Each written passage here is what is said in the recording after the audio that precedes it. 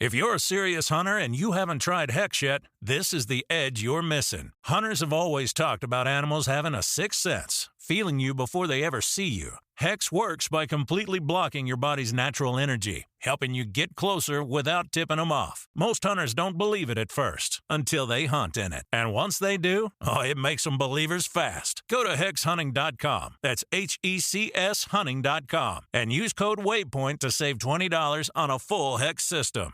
And so mid-morning, I was sitting around camp, my son and I, he was probably 11, and another father and son there. And we're trying to come up with a plan for the rest of the day. And I said to my son, I'm like, where's the dog? And I don't know.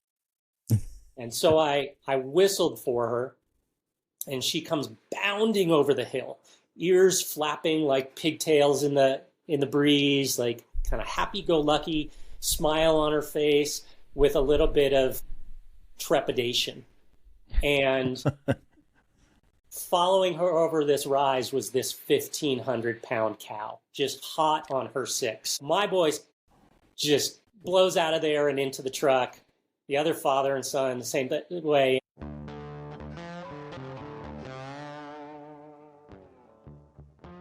Howdy, folks, and welcome to the Hunting Stories Podcast. I'm your host, Michael, and we have another great episode for you today. Today, we're connecting with Andy Blumberg. Andy is a hunter. He's a writer.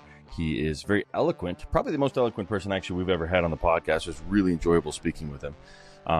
And he's starting a hunting line for children, which I think is something that needs to be out there. Something that I've noticed when I'm looking for stuff for my kids I can't find. So I'm going to stop there. I'm going to let him really introduce himself here when we get into the episode, and I'm going to let him tell you the stories. But thank you guys for tuning in.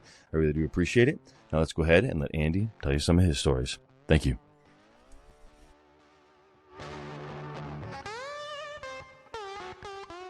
All right, Andy. Welcome to the Hunting Stories Podcast, sir. How are you?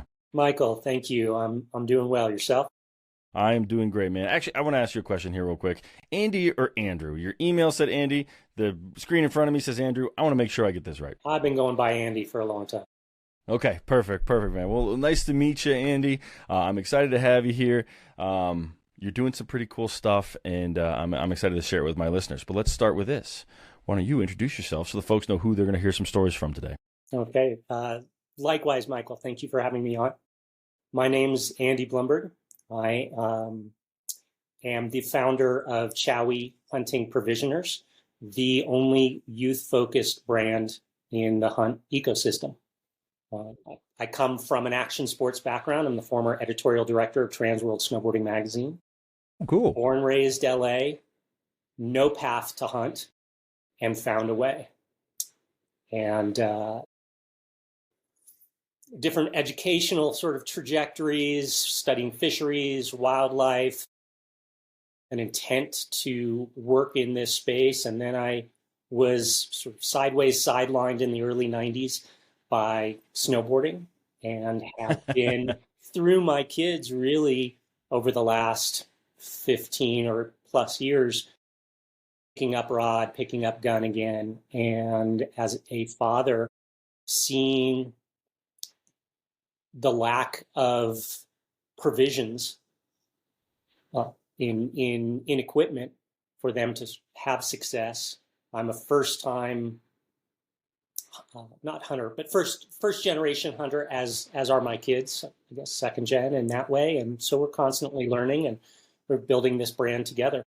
I love it, man. I'm a first generation hunter as well. Just kind of picked it up at 30. I've told this on the podcast before, but I'll tell you. When you hit 30 as a Caucasian male, you either get into smoking meats or World War II history. I got into smoking meat, and somebody invited me, specifically my father-in-law and brother-in-law, being like, hey, you do this. And I was like, man, you know what? I eat a lot of meat. I should know what it's like to harvest it. And so that's kind of where my journey started. And I honestly, this is crazy to think now, but I was like, I should probably go vegan if I can't kill an animal with the amount of meat that I eat. So that was kind of like where my thought process was. That was a missed concept there, because it's gone the entire other direction. But that being said, Andy, you're a new hunter. You're a first generation hunter. How did you get into it? You said you found a way. What was that path? Yeah. So, and reflecting upon what you just shared, I've met a lot of adult onset hunters, and expect that the barrier to entry at that later point in time is certainly overwhelming. And for a lot of them, it is with an interest in having a greater connection with their food. And I very much respect that. And I would say even over the last, I guess, 10 years, when I started watching Meat Eater and Ranella, who I believe is the greatest advocate, ambassador, evangelist for hunting and conservation that I've encountered. His reflections, his respect, his regard. And it brought me more into hunting from the standpoint of that culinary piece. There was things that this was never particularly or specifically following some bloodlust. And if I wasn't going to eat it, I wasn't going to hunt it. But since it's really opened up my world to hunting because, well, that looks good. I'd like to try that. Eating squirrel. It's not as hick and redneck as my earlier perceptions were. I got 3 squirrels in my freezer right now, so I'm with you. Very good. So as I mentioned, born and raised in Los Angeles, so the struggle was real from the beginning. My father was not at all in my life. My grandfather was. He was a fine artist. My uncle was an accomplished musician, and my mom a Berkeley 60s hippie and poet. But she instilled in me a love of the outdoors. I mean, one of my earliest memories was watching a moonrise with her at 3. Saw Bambi when it came out in the theater. She said, Andy, what were your favorite parts? I said, when the hunters killed Bambi's father in the forest fire. So there was something there. And an interest in the outdoors, but really not sure how to get there, and met someone who kind of played a role of surrogate father, but then his uncle was very much surrogate grandfather to me. He was born and raised in Washington State, hunting from the time he was a small boy, World War II Navy vet. And when we came into each other's space and to each other's field, most of his hunting was done, but we spent time together, and there was a learning, and there was kind of that compelling quality that you're very much capturing, Michael, in the storytelling. I mean, I think that's an opportunity for entry, even if you haven't done any of these things. And the stories that he would tell me from deer camp before I experienced deer camp. I mean, they had someone who was this practical joker, and sort of the punchline of it was he had taken this deer, drug it into camp. Everybody else had theirs, hung up on poles and whatnot. And I can't remember this guy's name, but they kept saying, you better, gut that deer. Finally, it got dark. And long about then, it was his time to shine. Went into his tent, grabbed a light bulb, screwed it into the deer's butt, and the light bulb went on. I mean, it was the sort of humor and the camaraderie and the companionship and the ridiculousness of these sorts of things. And so I think it is through stories that we come into an awareness. And I have one before my son was really even a field that he loved me telling him. And so I have this surrogate individual that played a really important part in my life. And kind of interestingly enough, the name Chowie, of my brand, is in homage to him, because he was a World War II Navy vet, like I said. We'd be out fishing or camping or whatnot, and we'd bust a covey of quail unexpectedly, or a little forked horn would walk across the road, and he'd shoulder an imaginary shotgun or rifle, bead or aim down, and say, Chowie! And chow's a call to meal. So it's sort of, and in the same way, kind of coming from action sports, you hear boom or this expression of stoke. And so that's how I sort of see the name in the context of the brand. But I love that. I was going to ask. I was going to get there eventually, but we got to it. That's a really cool. I was curious, and that's a great story as to how you named the brand. well, thank you. A little more to it, but so as I get these stories, and then be for want of my own, and I think it was October of '83. So I was 13 at the time, not too late in it all, but had a little bit of kind of encouragement and advocacy, and did my hunter safety, and started getting out there. One of my sort of earliest interests was predator calling and going for coyotes, and I got a wood call and would blow that thing. I had obviously long before the internet and all the resources and access that one has, Yeah. had I'd sit outside with a tape recorder powered by batteries and this predator calling cassette. So I'd listen to that and try to emulate that. And this was kind of the story that my son really liked, recanting considerably years later. But when I would go hunting early on, I'd get buck fever so bad I'd near throw up. I mean, just the adrenaline was, it was sickening. Went to this one area in the desert outside the Mojave Desert, Kelso Valley. Was in camouflage that was just BDUs from the local supply depot. Yeah. in Santa Monica, and a nervous excitement, and hunkered down in these rocks, and just kind of this escarpment and Joshua trees spread out, and I started blowing the call, and again with my son, he wanted all aspects of it, really the details and the descriptives to sort of cast him there, and so I'd start blowing and look about, scan. The nervousness and a little bit of chill in the air added kind of an extra quiver of realism to my call, though I had no real expectation of what to sort of anticipate from this experience. But it was something immersive. It was something that I was drawn to, and keep blowing the call. And a little while later, I hear a call of a hawk, red-tailed hawk. Now, I can't emulate it in the moment, but I look up, and several hundred feet above me is this hawk circling, and I think how cool that is, and I go with what sort of biology that I know of the red-tailed hawk and the quality of its vision and that sort of thing, and just kind of dismiss it beyond that, and I keep calling, and I hear that cry again, and I look up, and it is wings tucked on a dive straight down on top of me from several hundred feet up. Whoa. You're 13-ish in this story, is that right? What's that? How old are you in this story? I'm trying to remember here. 13-ish? 13, 14. Okay. It's coming in hot. And I sort of drop back in awe and kind of bearing witness to this moment.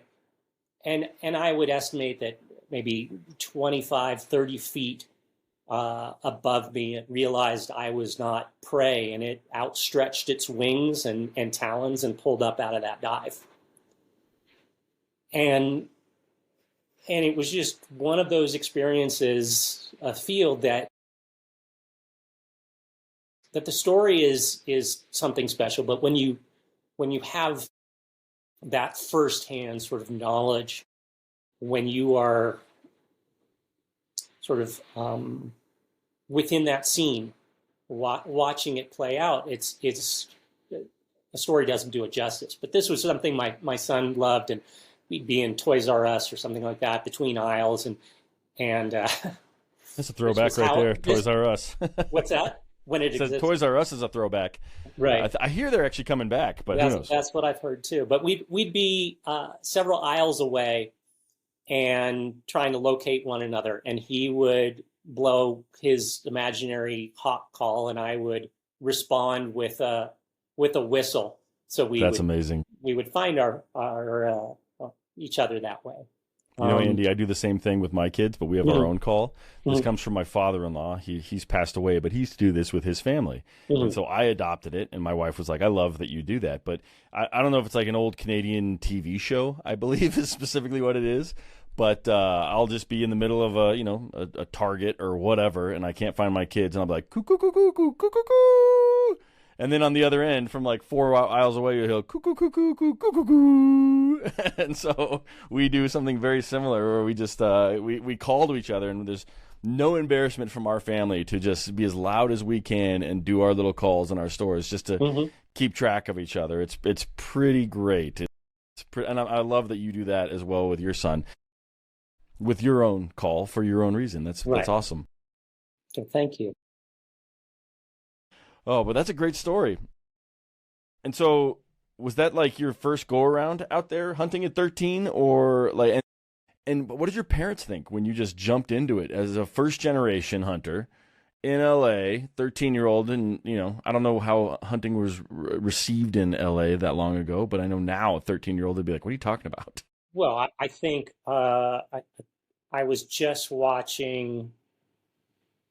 I don't know if it was the Sean Ryan podcast with Ranella or something else, that less than 1% of the population in California hunts. I did not know that. That's crazy. Really I've had a lot of California guests, so I'm probably about halfway through all the hunters in California at this point, I guess. Well, I would expect more because there is considerable hunting pressure there. Well, there's pressure afield, and then there's pressure from policies and people and that sort of thing. 83, an anomaly probably. It's in LA. I mean, you get outdoors and it's considerably much more common. My mom was taken aback. I mean, a very later on in life, she appreciated it. She appreciated the connection to the food. But she was a very sensitive woman, an empath, but understood it in a way that she could. Yeah, that's interesting. Okay, and then you said your father wasn't there, so. Your grandfather, did he teach you, or did he have anything to do with it? My grandfather was a fine artist, studied in Paris and New York in the 30s. My uncle, as I mentioned, was an accomplished musician. Worked heavily with Motown in the 60s cool. and 70s, and like all those artists. And so that's some of the music people I grew up with in some ways. So it wasn't expected. And I went to school. I wanted to stay in California. Applied to some schools outside of the state, but wanted to stay in California, get as far north as possible. And so went to school at what is now Cal Poly Humboldt, but then Humboldt State University. I picked up a camera at 16 with an interest in documenting the outdoors. I studied fisheries and wildlife, but then the academics were a bit more intensive than I felt like vesting, and so went into the journalism program. As I said, my mom was a poet and writer, so that came really natural.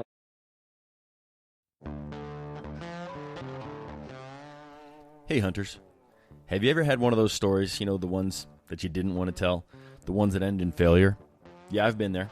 Actually, you know what? The culprit for me usually is bad optics, or worse, lack of using my optics at all. Picture this.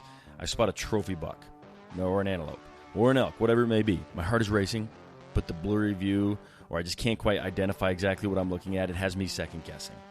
Well, that's where Vortex Optics comes in. With crystal clear glass and rugged durability, Vortex gives you the confidence to take the shot. Don't let poor optics ruin your story. Make every moment count. Upgrade to Vortex and turn your hunting tales into triumphs. Visit vortexoptics.com today. This episode is brought to you by Indeed. Stop waiting around for the perfect candidate. Instead, use Indeed sponsored jobs to find the right people with the right skills fast. It's a simple way to make sure your listing is the first candidates see. According to Indeed data, sponsored jobs have 4 times more applicants than non-sponsored jobs. So go build your dream team today with Indeed. Get a $75 sponsored job credit at Indeed.com/podcast. Terms and conditions apply. The world moves fast. Your workday, even faster. Pitching products, drafting reports, analyzing data. Microsoft 365 Copilot is your AI assistant for work. Built into Word, Excel, PowerPoint, and other Microsoft 365 apps you use.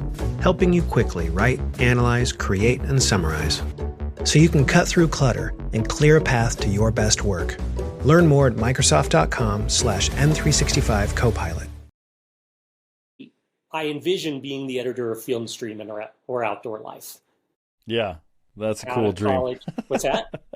That's a cool dream. That's awesome. I love that, like, little guy from LA, that's where you were aiming. That's really cool.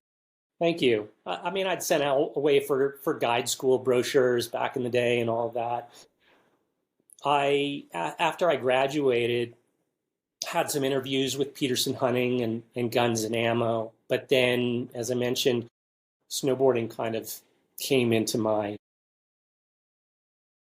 world, and the sort of coolness factor of it. I had skated, I had surfed, and it was really new. I mean, reflecting back, it was the salad days of that sport, and started freelancing, shooting photos, writing stories for different magazines. And I hate to admit this, but I put down in rod and gun because I felt like hunting wasn't cool, fishing wasn't cool, or what I imagined those that I was following would say. I mean, the sort gotcha, of a little peer pressure. How old were you when you pivoted around that? And also it just became everything. I mean, just immersed in the lifestyle like nothing else had sort of swept me up. A lot of hobbies can do that. I mean, I don't know if you want to classify snowboarding as a hobby or hunting as a hobby. A lot of people consider it a lifestyle, but they definitely can be all-encompassing. How old were you when you kind of pivoted to snowboarding? So I was a photojournalist for a daily newspaper on the North Coast, and would contribute to the outdoor section. And I'd say 93, 94 was my first season riding, and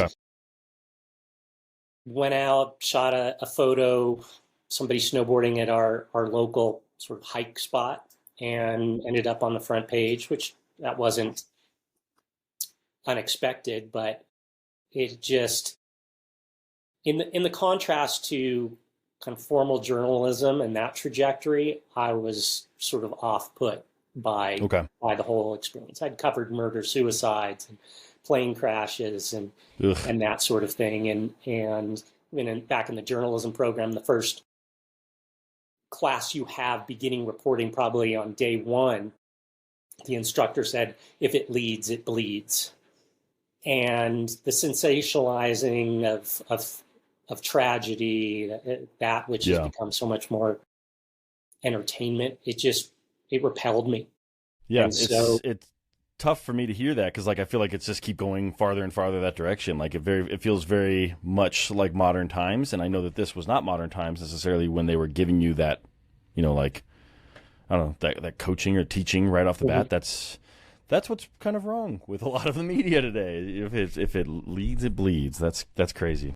And so that's where snowboarding journalism at that time, I mean, there was so many different print magazines, and I would go to one event and contribute 3 different batches of stories, 3 different packets of slides, and be able to sort of leverage my talent in that way. And then it became one editorial role became another. Got it. Interesting. You've led quite a life. And it's very interesting how hunting has kind of weaved through it as you've gone. But let's dive into. I mean, if you have anything else you want to add that you think is pertinent, I'd love to hear it. I don't want to cut you off, but I also would love to just dive into some hunting stories. Certainly. Yeah, you pick where you want to start. Well, I mean, I've already sort of started with predator calling. Moved to Oregon in 2012, and that was the second time that I was living there. And this now with my young family, my son, firstborn, was just about 2, and so there were hollowed grounds of hunting grounds, okay, rivers, access. I mean, all the things that I pined for when I was early teens in Los Angeles. Couldn't wait to sort of get away and really cut a lot of my outdoor teeth, as it were, in the Eastern Sierra and that region. And Oregon is, I wore it on my sleeve for a long time. Yeah, it's special in a lot of ways, even though, as we discussed a little bit before you started recording, that Portland has sort of been compromised. But spent that time with my son, and so before I became a father and conscious of my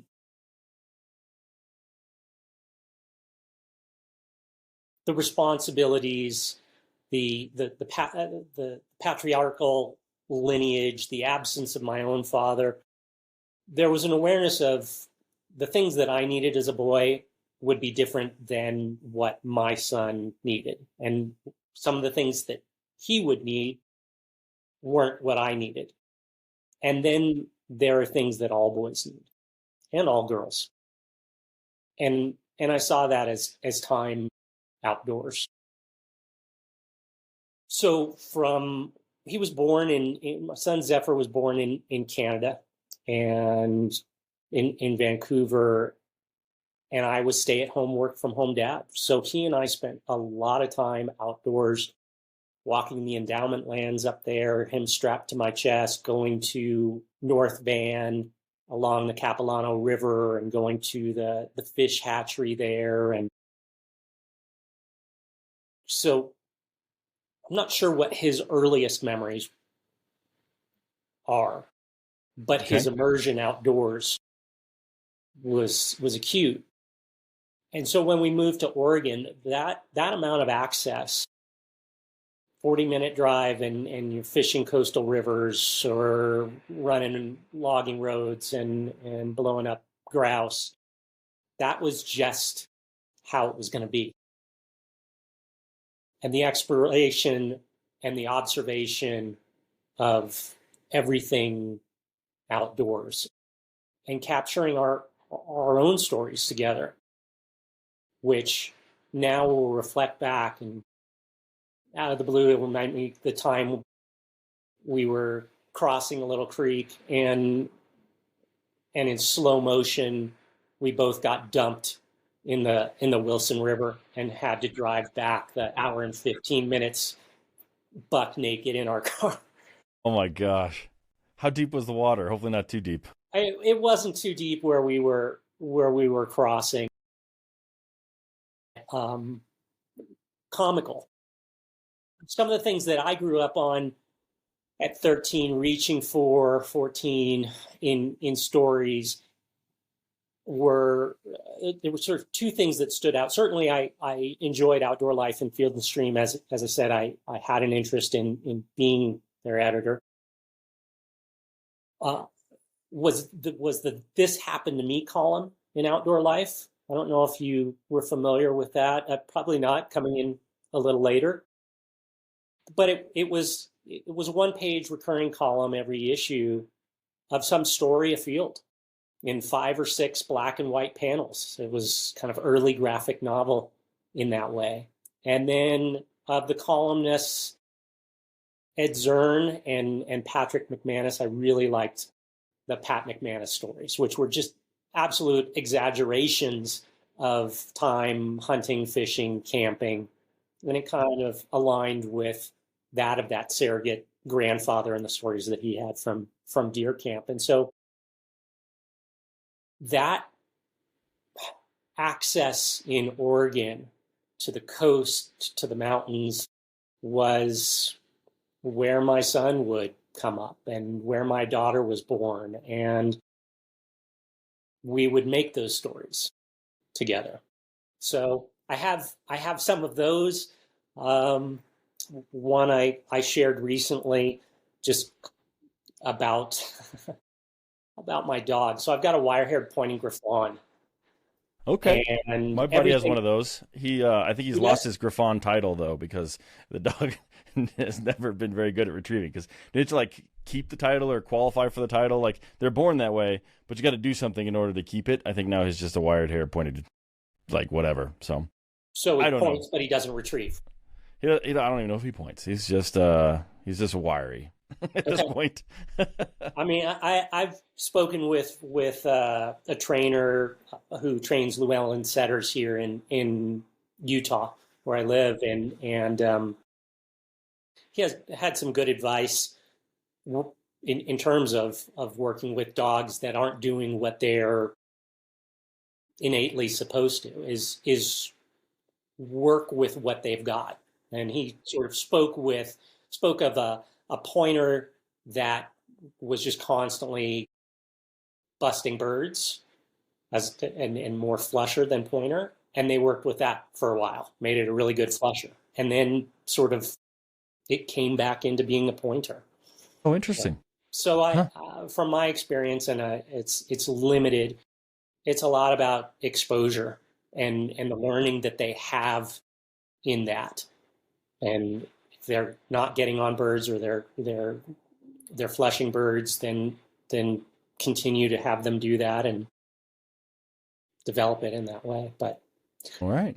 I Good feedback, but I jumped in there. But continue. yeah, no worries. Well, this was a story that I told recently elsewhere, and but it's one that my son and I really like.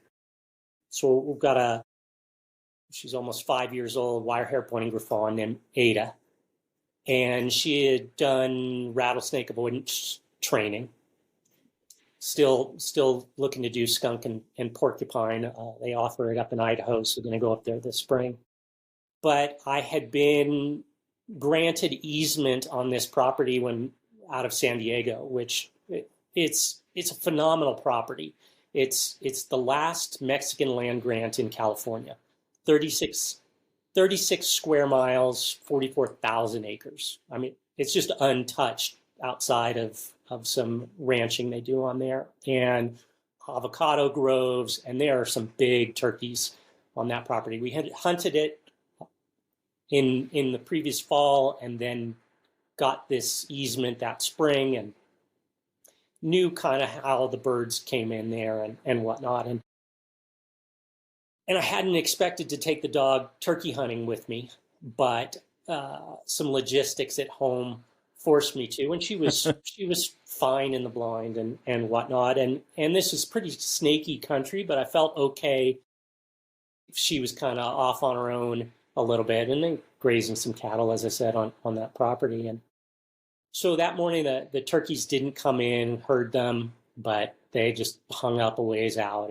And so mid-morning, I was sitting around camp, my son and I, it was probably 11, and another father and son there. And we're trying to come up with a plan for the rest of the day. And I said to my son, I'm like, where's the dog? And I don't know. And so I whistled for her, and she comes bounding over the hill, ears flapping like pigtails in the breeze, like kind of happy-go-lucky, smile on her face, with a little bit of trepidation. And following her over this rise was this 1,500-pound cow, just hot on her six. She had gone to befriend a couple of young calves, and Mama wasn't having any of it. Yeah. So my boys just blows out of there and into the truck. The other father and son the same way, and and I don't know if you've had some of these experiences afield or even you probably thought about them. What if you encounter a cat?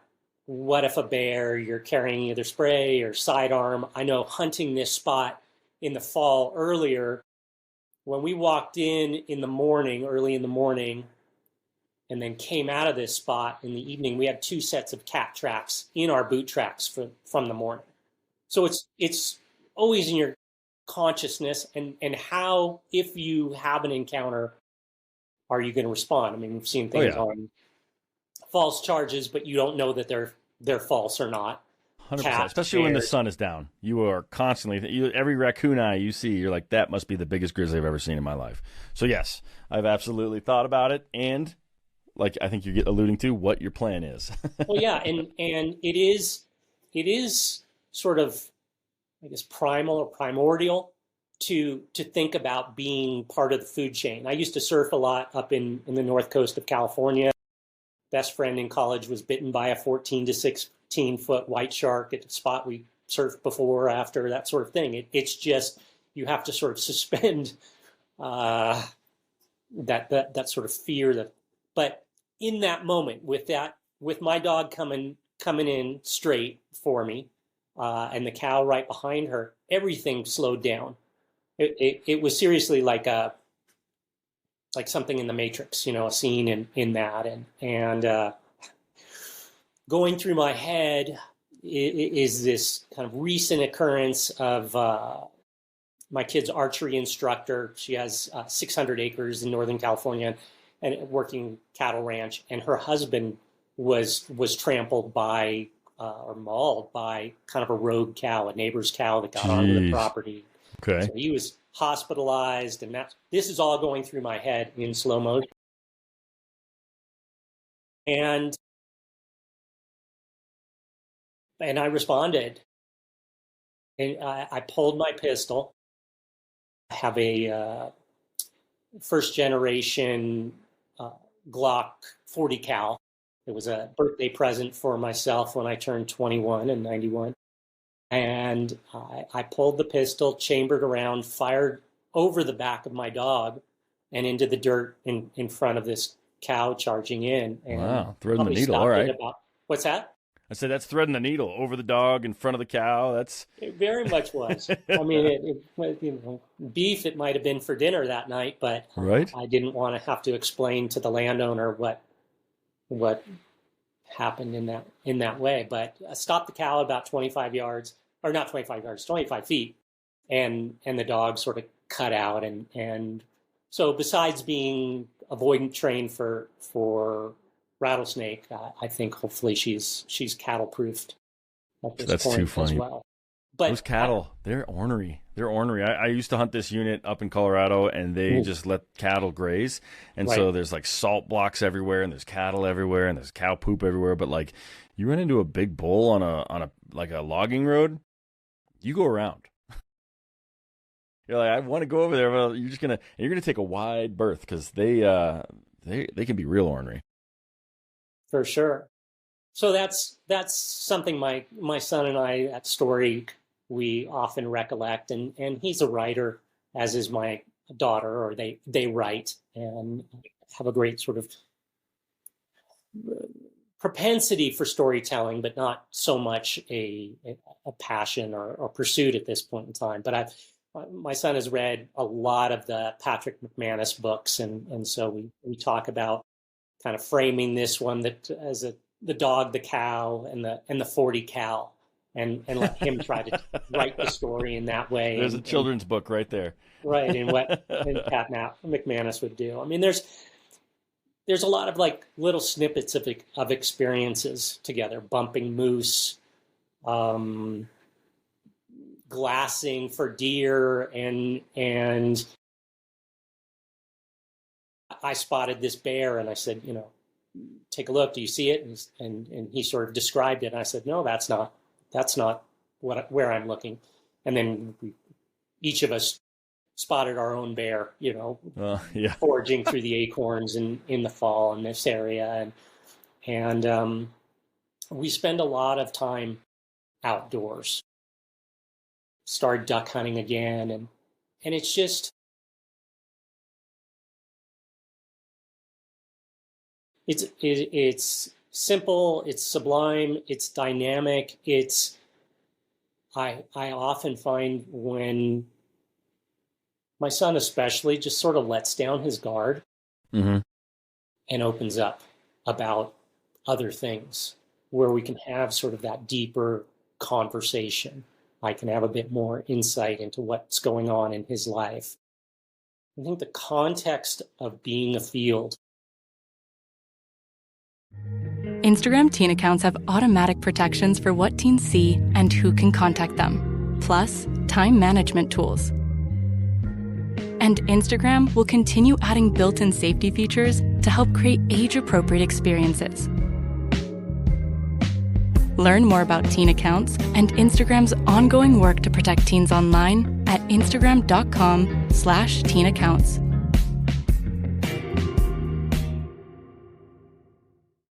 TaxAct filing software and live tax experts can help small businesses easily knock out their taxes. Actually, our experts can help you find deductions and credits for any sized business.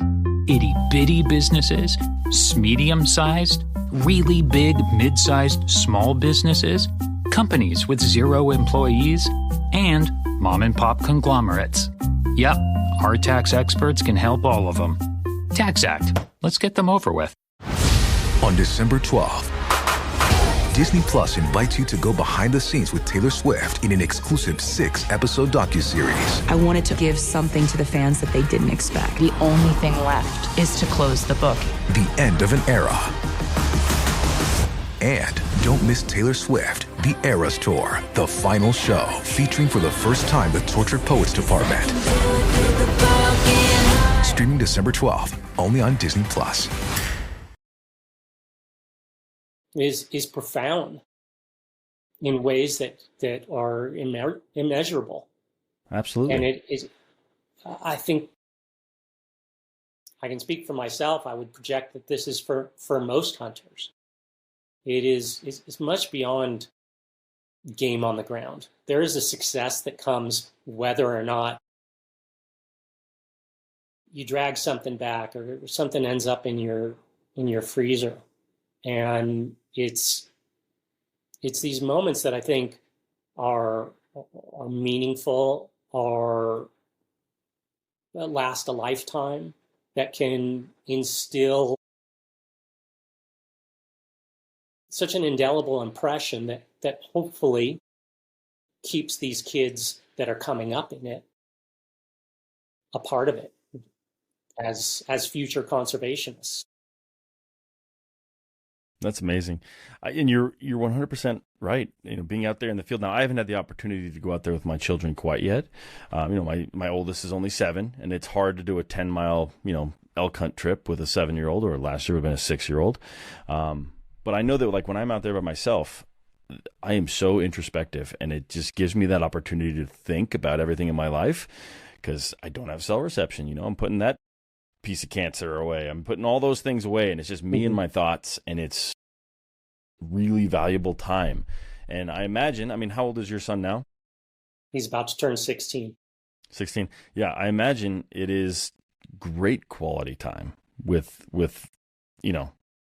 anyone that you can go out there with, whether it's my buddies and hopefully soon my son, your son. I'm sure that everyone just has a lot more time to think, and that's something I think more people need to do, which is one of the beautiful things about what we do as hunters, is just go out there and spend time in the outdoors with nothing but your thoughts.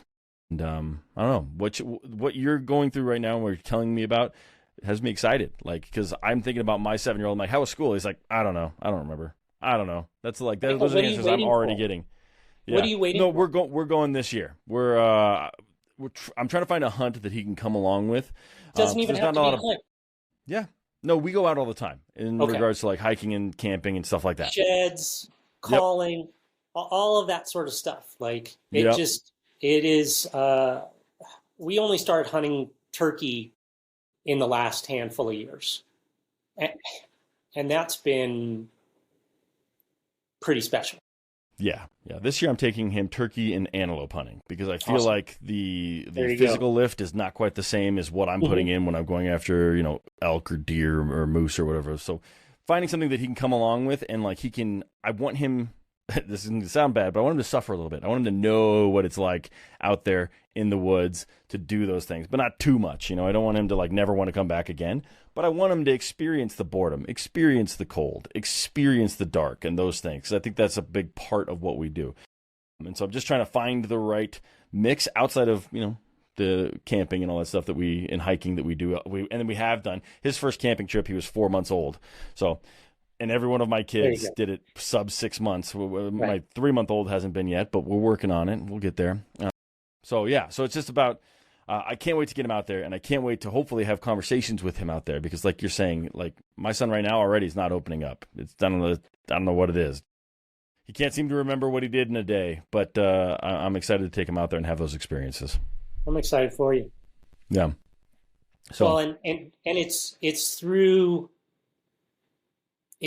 our kids that we also can have these sort of first time experiences all over again, as well as these bonding moments and this sort of candid capture of experiences together. I mean, my son, as there is this push and pull of independence, he will also often interject in moments that will always have this, that no matter girlfriend or moving away, his intention is to maintain our connection outdoors. And we're teacher and we're guide. And as you'll find too, they become that as well. I mean, he grew up fishing steelhead and salmon and less salmon, just trout. And I could then count on one finger the amount of bass that I caught. But he did a deep dive on bass fishing and now competes. He made the Utah Bass Nation team at Lake Powell back in November. And he'll go out, okay, Dad, you're using this rod. This is how you fish this bait. No. And the corrections. And that's something that I didn't really expect in fatherhood at this early stage or just, I mean, you know what you know, you don't know what you don't know, and then there's everything else. And so being open to experience and being open to observation and it's pretty phenomenal to see. I mean, you want to meet your kids in what lights them up. And even if it's not familiar to you, you want to facilitate. My daughter's big into archery or has an interest in archery more than shooting. This year, she will be going out for turkey. She's just expressed an interest. It's not forcing them to do things, but even for her, I said, let's get you all tuned up for turkey. And then in the moment, if you have that opportunity to take a bird, it's completely on you, your choice sort of thing. And the suck and the suffer that you speak of is what makes a good story. Yeah, absolutely. It's successful in that. And so while I've kind of passed some points with my kids and have so much more yet to come, I'm excited for what you have upcoming. Yeah, I can't wait. I'm really, really excited. And I keep telling my son, I'm like, all kids want to be carried. And sometimes I'm just like, you got to be able to walk. Like, you got to be able to do it. I'm like, if you want to hunt with me, I can't carry you when we're hunting. So do you want me to carry you right now, or do you want to walk and show me that you have strong legs? And he's like, I'm walking, Dad. And I'm like, yeah, that's my boy. And my daughter's the same, and she's only 4. Not quite ready to bring her out with me because she is a ball of chaos. But we'll get there. We'll get her to calm down a little bit. But Andy, I know we have limited time, and I just want to be respectful. And so do you have more stories you want to share, or do you want to talk a little bit more about Chowie? Well, if you thank you for the receptivity and the prompt. I think I'd like to share a little bit about Chowie. Yeah, I would love that. When you reached out to me initially, I was like, why hasn't more people done this? I was like, this makes sense. And I've been on sites of some of the major brands and like looking for my kids' stuff. And I'm like, I can't get them anything here. What's going on? And so I'll stop there. Why don't you maybe tell the story, maybe the inception of the idea and where you're going Sure. and those things, and then we'll wrap it up with where people can find you. Yeah, thank you. For the last, I guess, going on 24 years, I've been an entrepreneur and believe I have an instinctive knack for recognizing opportunities in market spaces and being able to ideate brand and platform to bring them to market.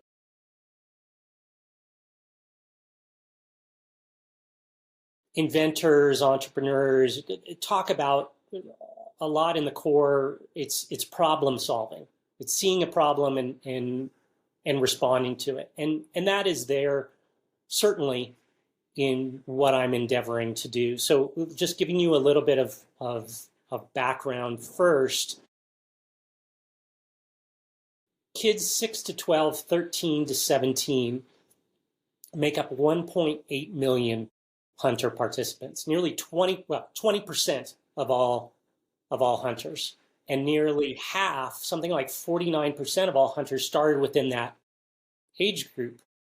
But there had not been a single youth-focused brand in the space. It was adult brands doing takedowns. Kind of in action sports for women, for girls, they call it shrink it and pink it.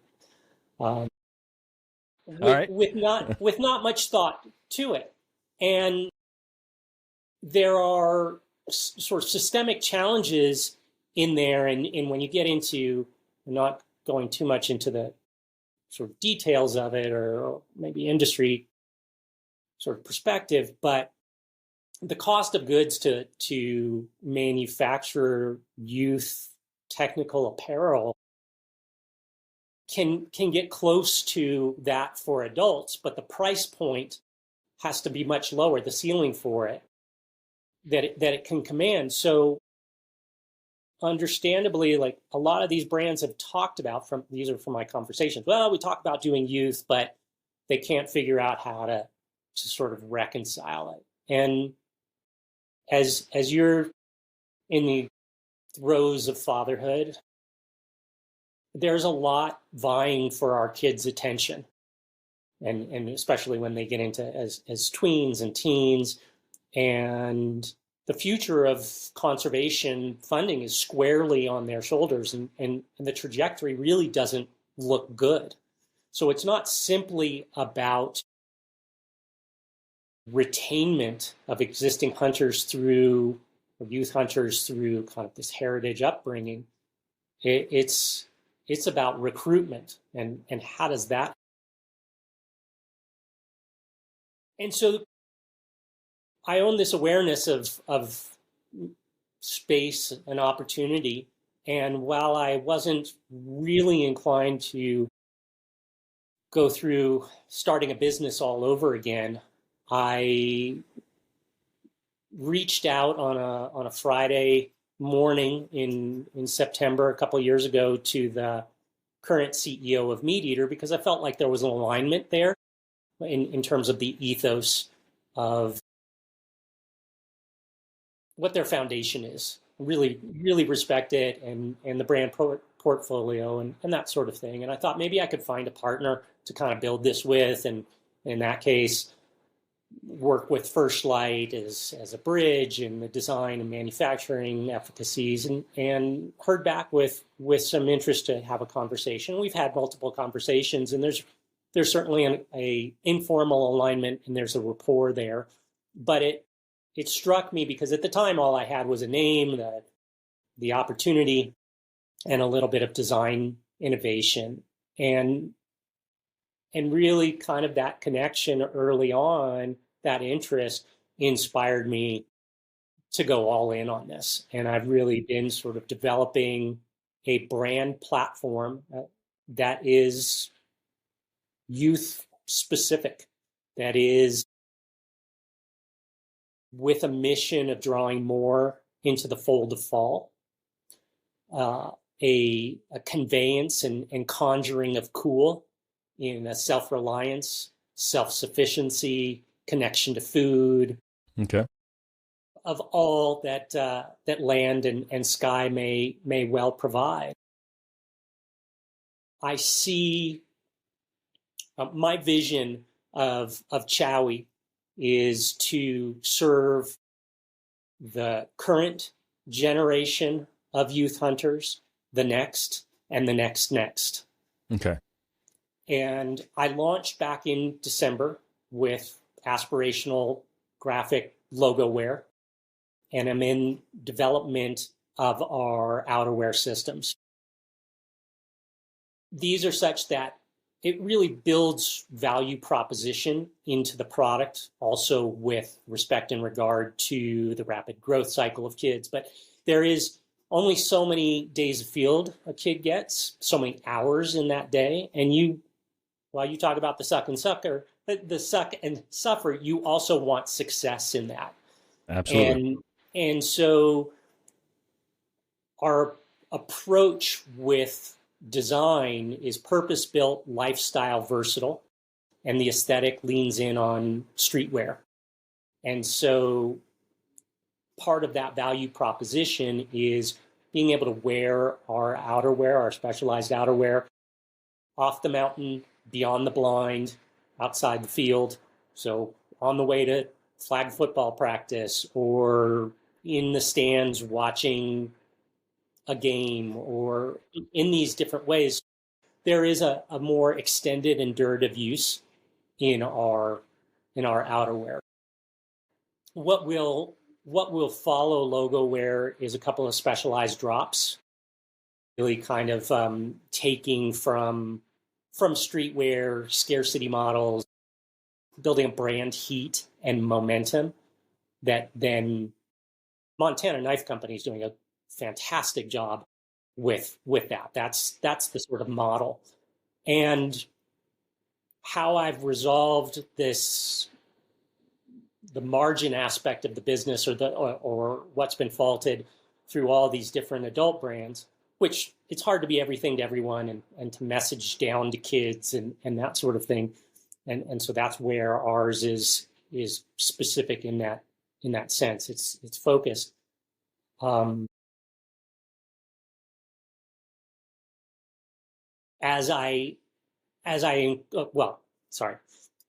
address the margin issue, this is very mission forward, is to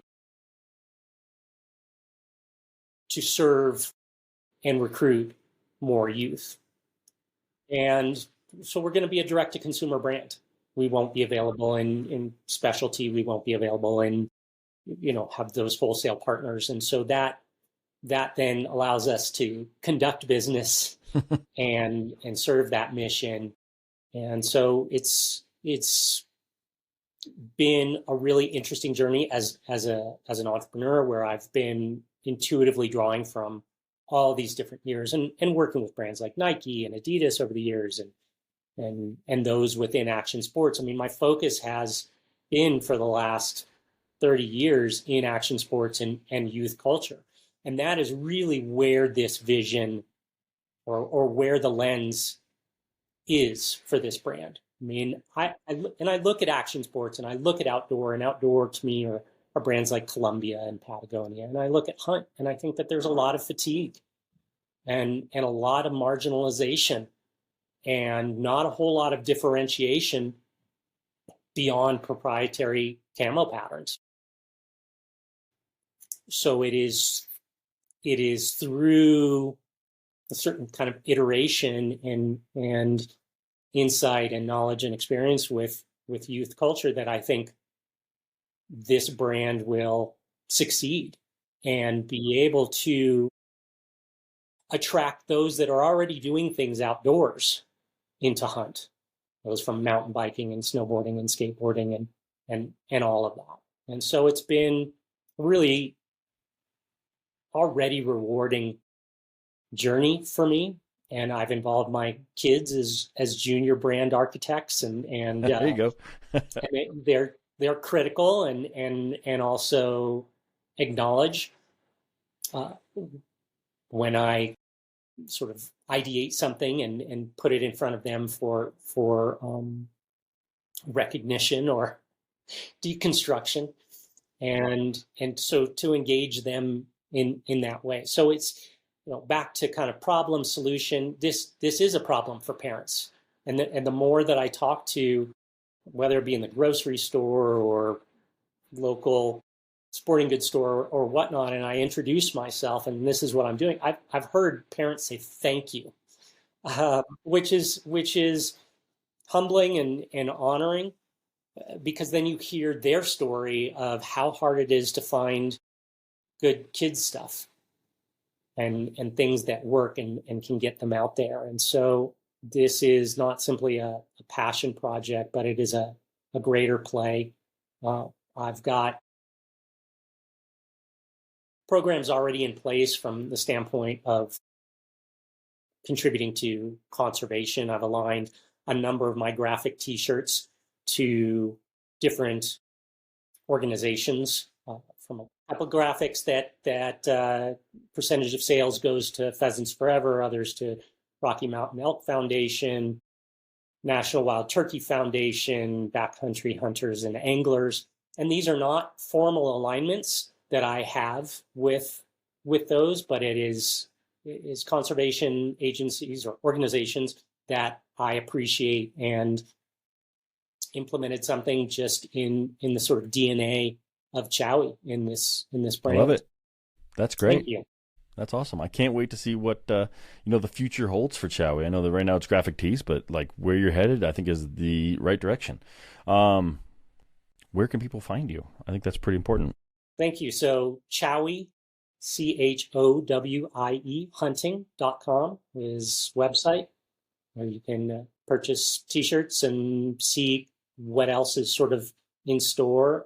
I have a plan to establish a nonprofit, and there's a little bit of information on there as well. Future Factors of Enduring Conservation, FFEC. And my program will be deployed at high school and middle school levels. Okay. Assemblies, actually. And if you remember what those assemblies were like, we didn't care what the content was or context. It got us out of class and got us sitting next to our best friends, and sometimes it was interesting. So that is something I'm working on as well. And then our Instagram is really where I'm right now focusing curation of social, and that's Chowie Hunting. And the sort of storytelling and vision of that, I would say, is another place you kind of follow along. It looks very different than what is expected in hunting. So it's not for everyone, but there is a plot line. Yeah. And that plot line is very mission driven and with cultural commentary and an agenda of again bringing more into the fold of fall and a coolness factor to hunt, which, as I admitted early on in this podcast, like I thought that wasn't there. And for me, when I was getting into snowboarding, and I had to kind of abandon something that was really important to me to sort of fit in a way. But I expect from starting point with our graphics that these will be sort of flags flown of identity for kids and a jumping off point as well for those that may be interested in hunting that don't have the path, just like I didn't. But when you sort of start walking that path becomes clear and evident along the way. So I love it. I love it, Andy. I really appreciate this time with you and the support having me on, Michael. We'll have you back on again in the future, and you can tell us where you're at that point. But it's exciting to kind of hear where it came from, where you're going. Like I said, I've noted this on my own before we even talked, being like, where's the kids stuff? So I'm glad that someone's tackling that task, because it sounds like a lot, but I think that you're on the right path, and I'm excited to see where you go. Well, thank you. I'm excited to ship a couple of T-shirts off your way for your kiddos and see what their response is. They're gonna love them. I guarantee. If you, I have my big elk from a couple years ago right in the entryway, and every morning my kids get up and go, "Good morning," yee-oo, to the elk.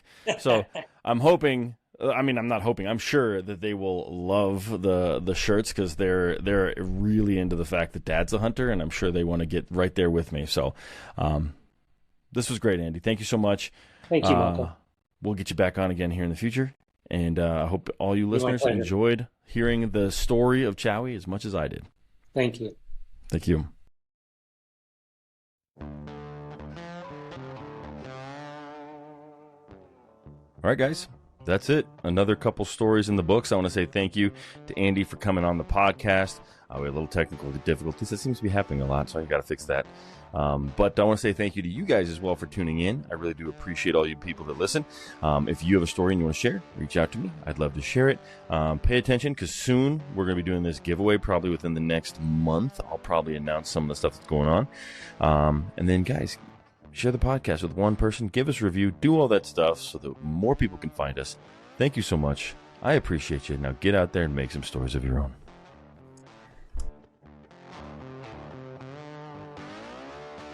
Ryan Reynolds here from Mint Mobile. I don't know if you knew this, but anyone can get the same premium wireless for $15 a month plan that I've been enjoying. It's not just for celebrities. So do like I did and have one of your assistants switch you to Mint Mobile today. I'm told it's super easy to do at mintmobile.com/switch. Upfront payment of $45 for 3-month plan, equivalent to $15 per month required. Intro rate first 3 months only, then full price plan options available. Taxes and fees extra. See full terms at mintmobile.com.